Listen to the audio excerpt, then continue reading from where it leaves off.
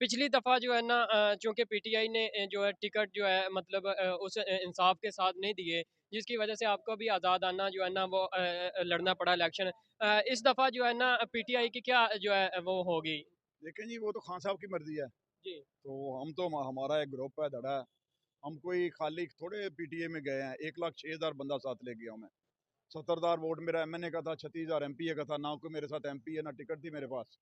तो मैंने 1,06,000 वोट लिए, मैं वोट लेकर उनके साथ गया हूँ। फिर देखेंगे टाइम आएगा। माशाल्लाह मैंने देखा कि हमने जो है ना देखा कि इस्लामाबाद जब आप रैली लेकर गए तो आपके पास के साथ 587 जो है ना वो गाड़ियाँ थीं।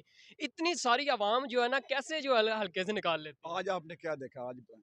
बिल्कुल, हमने देखा कि आज तो बहुत ज़्यादा एक जम्मे गफ़ीर था, बल्कि जहाँ तक जो है नज़र जा रही थी, हमें जो है ना अवाम ही अवाम नज़र आ रही थी। हम ये चाहते हैं कि ये पीटीआई का वर्कर है या तारक महमूद बाजवा मैं साहब का है? मैं आपको गौर की बात बताऊं। जी।